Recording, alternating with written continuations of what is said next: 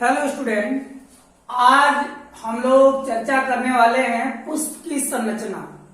जब भी आप इंटर का सिलेबस अध्ययन करेंगे तो उस दौरान आपको जो है पुष्पी पौधों में लैंगिक जनन की बात करना। जब भी आप पुष्पी पौधों में लैंगिक जनन की बात करेंगे तो आपको पुष्प के बारे में जानना बहुत जरूरी है।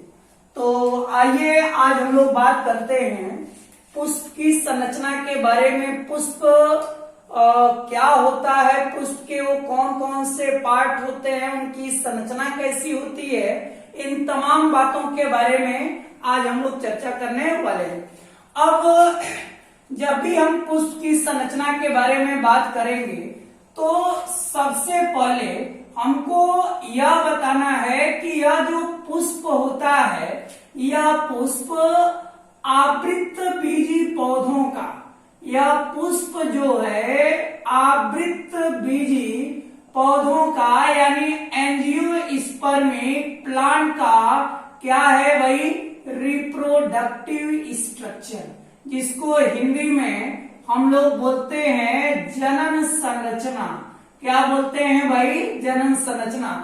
जो भी एंजियोस्पर्मिक प्लांट हैं, जो भी आवृत बीजी पौधे हैं, आवृत बीजी पौधों की यह जनन संरचना है कौन, पुष्प। और आज इसी पुष्प के बारे में हमको जानना भी है। अब यह बताया जाता है कि पुष्प जो है यह अनेक भागों से मिलकर बने होते हैं। यह जो पुष्प है यह अनेक भागों से मिलकर बना होता है। जैसे अगर आप बात करें तो पेडिसल हो गया, थैलमस हो गया, ओवरी हो गई, स्टाइल हो गया, स्टिग्मा हो गया, सेपल, पेटल और एंथर फिलामेंट। ऐसे इसके तमाम पार्ट हैं। किसके भाई, फ्लावर के। तो आइए सिलसिलेवार तरीके से हम लोग जानते हैं कि वे पुष्प के कौन कौन से भाग होते हैं। अगर आप हमारी वीडियो को अंत तक देखते रहेंगे तो आपको पूरा ये जो फ्लावर का स्ट्रक्चर है, फ्लावर के जो पार्ट हैं, उनको आप बड़े अच्छे तरीके से समझ पाएंगे। और देखिए, यह जो फ्लावर होता है, फ्लावर एक डंठल नुमा, ये आप देख रहे हैं कि स्टॉक लाइक स्ट्रक्चर, फ्लावर जो है डंठल नुमा संरचना के द्वारा किसी टहनियों से, ट्विग्स से अटैच होता है। इसको हम लोग क्या बोलेंगे, पेडिसल। इसको हम लोग बोलेंगे पेडिसल। हिंदी में बोलते हैं पुष्प वृंत। इसको हिंदी में हम लोग बोलेंगे पुष्प वृंत।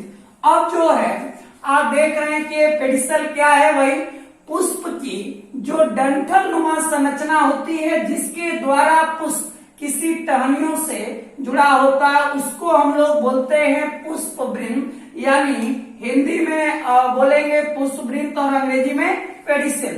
अब इसके बाद अगला हमारा भाग है थैलेमस। जब भी हम थैलेमस की बात करेंगे, इसको हिंदी में हम लोग बोलते हैं पुष्पासन।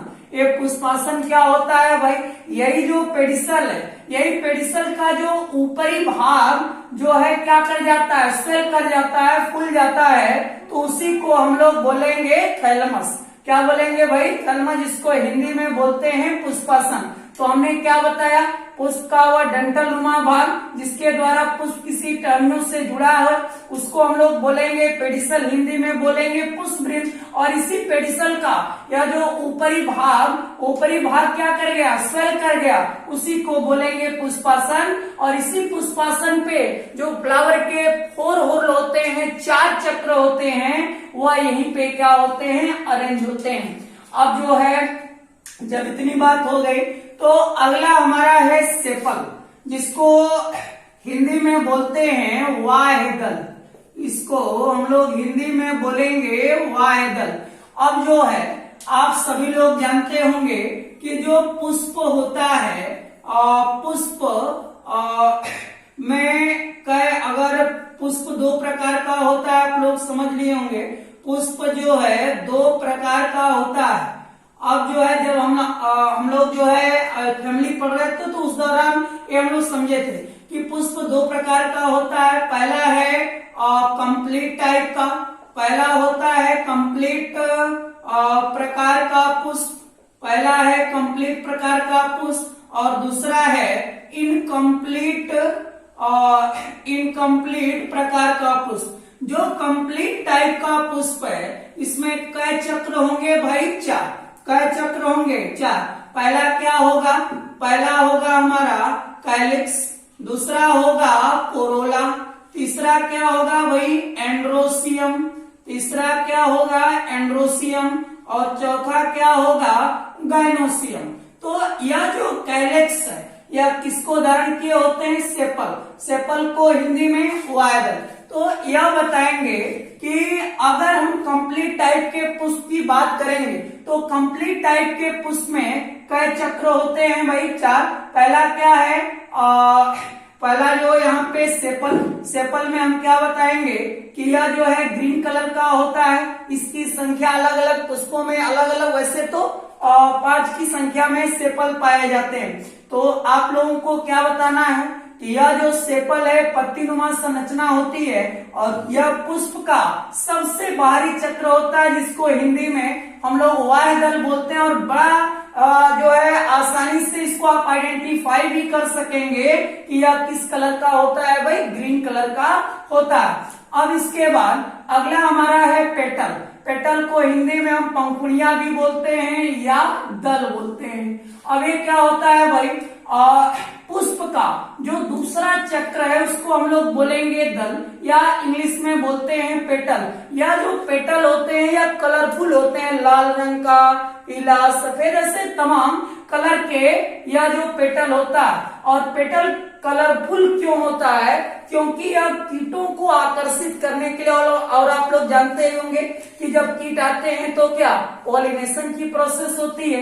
तो ये बताना है कि दूसरा पुष्प का जो दूसरा चक्र है उसका नाम है पेटल। और यह जो पेटल होता है यह कलरफुल होता है, सफेद रंग का हो सकता है, लाल रंग का हो सकता है, बैगनी रंग का हो सकता है, ऐसे तमाम रंग के यह हो सकते हैं। और रंग का अगर होना, जैसे अगर सफेद है, पीला है, लाल है, हरा, ऐसे तमाम, तो क्यों होता है ऐसा? इसलिए होता है ताकि कीटों को अट्रैक्ट करे, कीटों को आकर्षित करे, और जब कीट आकर्षित होंगे तो पॉलिनेशन की प्रोसेस होगी।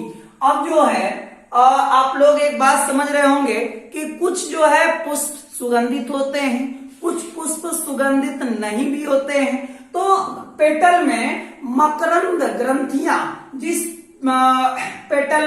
जिसके पेटल में मकरंद ग्रंथियां होंगी उनसे मकरंद का स्राव होगा, और मकरंद के स्राव के कारण ही पुष्प जो है सुगंधित होते हैं। तो अगर आप गुलाब का देखें तो गुलाब का पुष्प तो सुगंधित होता है। इसका मतलब ये हो गया कि यह जो पेटल है इस पेटल में क्या नेक्टर ग्लैंड पाई जाती हैं, मकरंद ग्रंथियां पाई जाती हैं, और उनसे नेक्टर का यानी मकरंद का स्राव होता है जो सुगंधित होता है। लेकिन अभी आप जो है ब्रेस्का कैम्पेस्ट्रिस का ले लीजिए, सरसों का ले लीजिए, सरसों का पुष्प सुगंधित नहीं होता। क्यों नहीं होता?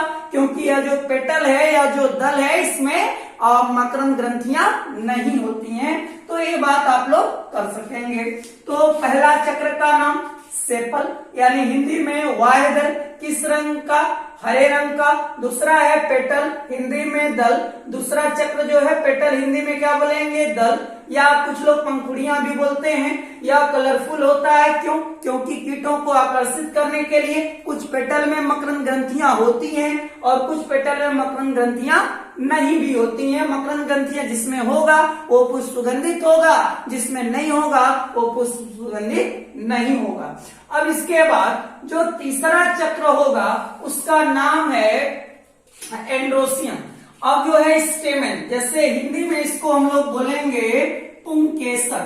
क्या बोलेंगे भाई? पुंकेसर। और आप देख रहे हैं कि यह जो पुंकेसर है यह नर जनन संरचना होती है और यह दो भागों से मिलकर बना है, फिलामेंट और एंथर। यह बताना है कि यह पुष्प का कौन सा, यह जो फिलामेंट लाइक तंतुनुमा ये जो संरचना है इसको हम लोग बोलते हैं फिलामेंट, हिंदी में बोलेंगे तंतु। और इसके टर्मिनल इंपेस के अंतिम सिरे पे क्या पाया जाता है? एंथर। एंथर जो है इसी में परागकणों का क्या होता है भाई? निर्माण होता है।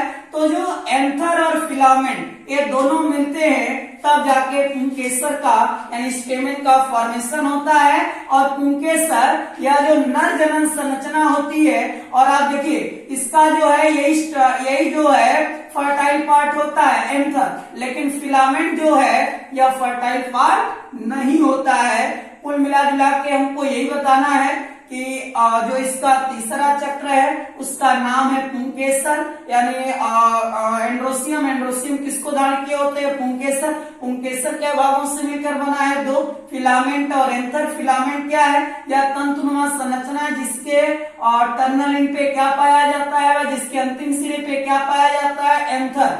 एंथर को हिंदी में हम लोग बोलेंगे परागकोश, और इसी में परागकणों का क्या होता है? निर्माण होता है। यही परागकण जब स्टिग्मा पर जाते हैं तो इस घटना को हम लोग पॉलिनेशन भी कहते हैं। अब इसके बाद अगर हम लोग जो है पुंकेसर हो गया, अगला है हमारा चौथा जो हुर्ल है उसका नाम है गाइनोसियम। और गाइनोसियम किसको धारण किए होते हैं भाई? स्त्री केसर, जिसको इंग्लिश में हम क्या बोलेंगे? कार्पेस।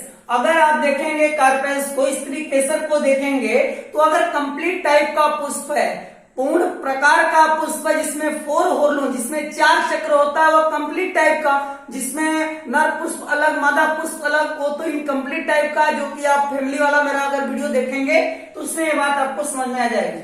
अगर आप देख रहे हैं कि यह जो कार्पेल्स है, जो इसको हम स्त्री केसर बोल रहे हैं हिंदी में, यह कई भागों से मिलकर बना हुआ है? 3। पहला क्या है? स्टिग्मा, दूसरा स्टाइल, और तीसरा ओवरी। अब जो है आप देखेंगे कि यह जो इसको हिंदी में हम लोग ओवरी को अंडाशय, स्टाइल को जो है वर्तिका, स्टिग्मा को हम लोग वर्तिकाग्र के नाम से जानते हैं। अब आप लोगों को ये समझना है कि ये तीनों ओवरी, स्टाइल और स्टिग्मा, ये तीनों पार्ट मिलते हैं तब जाके स्त्री केसर का निर्माण करते हैं, और स्त्री केसर जो है फीमेल रिप्रोडक्टिव स्ट्रक्चर होता है। अब हमको ये बताना है कि कार्पेल्स का जो ऊपर वाला भाग है इसको हम लोग क्या बोलेंगे? स्टिग्मा। स्टिग्मा से ये जो नलिकाकार संरचना निकल रही है इसको हम लोग क्या बोलेंगे? स्टाइल। स्टाइल को हिंदी में वर्तिका बोलते हैं। अब इसके बाद जो है यह जो फ्लास्क शेप लाइक स्ट्रक्चर आप जो देख रहे हैं, यह जो बेसल पार्ट है किसका? कार्पेल्स का, इसी को हम लोग बोलेंगे अंडाशय। और इसी अंडाशय में क्या पाए जाते हैं भाई? बीजांड, जिसको इंग्लिश में हम लोग क्या बोलते हैं? ओव्यूल। तो इस तरीके से आप बता सकेंगे, यानी ओवरी में क्या पाए जाते हैं? बीजांड। बीजांड की संख्या 1 भी हो सकती है, 1 से अधिक भी हो सकती है। तो इस तरीके से स्त्री केसर का ऊपर वाला भाग क्या कहला? सबसे जो है ऊपरी भाग क्या कहलाएगा? स्टिग्मा। स्टिग्मा से जो नलिकाकार संरचना निकल रही है उसको क्या बोलेंगे? स्टाइल। स्टाइल स्टाइल का जो बेसल पार्ट या जो है इसका स्त्री केसर का जो बेसल पार्ट है इसको हम लोग क्या बोलेंगे? ओवरी। ओवरी में क्या पाए जाएंगे? बीजांड। बीजांड की संख्या 1 या 1 से अधिक भी हो सकती है। तो इस तरीके से आप बड़े आसानी से पुष्प की संरचना को आप डिस्क्राइब कर सकते हैं। और मैं आपको बात बता दूं कि जब मैं पुष्प कभी भी पढ़ाता हूँ किसी को, तो मुझे एक कविता याद आती है कि चाह नहीं मैं सुबाला के गानों में गुथा जाऊं, चाह नहीं मैं बिन प्यारी को ललचाऊं। तो ऐसे यह जो है मैथिली शरण गुप्त का एक जो है बड़ी अच्छा सा यह जो कविता है, तो इसको जो है हम लोग आसानी से बता सकेंगे। तो अगर आपको ये मेरा वीडियो अच्छा लगे तो इसको लाइक करिए, शेयर करिए और हमारे चैनल को सब्सक्राइब जरूर करिए। फिर मिलते हैं एक अगले टॉपिक के साथ, तब तक देखते रहिए हमारे यूट्यूब चैनल को। धन्यवाद।